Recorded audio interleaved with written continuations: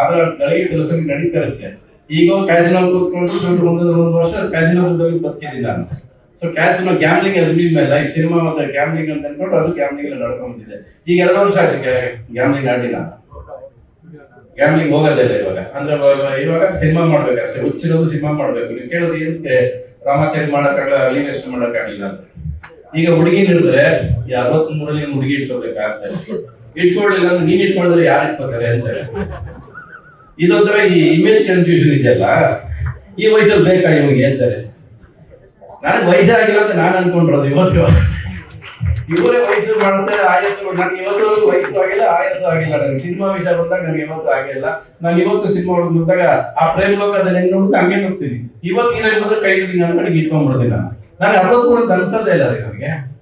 ಎಲ್ಲ ಸೇರಿ ನೀವೇ 63 ಮಾಡಾಕಿದ್ರ. ನನ್ 30 ಆಗಿಲ್ಲ, ಆಕ್ಚುಲಿ 24ಕ್ಕೆ.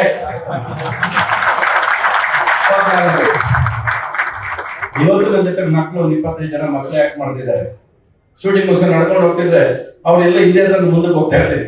ಏನ್ ಸರ್ ಇಷ್ಟು ಫಾಸ್ಟ್ ಆಗಿ ನಡೀತಾರ ಅಂತ. ಅಯ್ಯೋ ನಾ ಅವತ್ತಿಂದ ಇದೇ ಸ್ಪೀಡಲ್ಲೇ ನಡೆಯೋದು, ನೀವು ಸ್ಲೋ ಇದ್ದೀರಾ.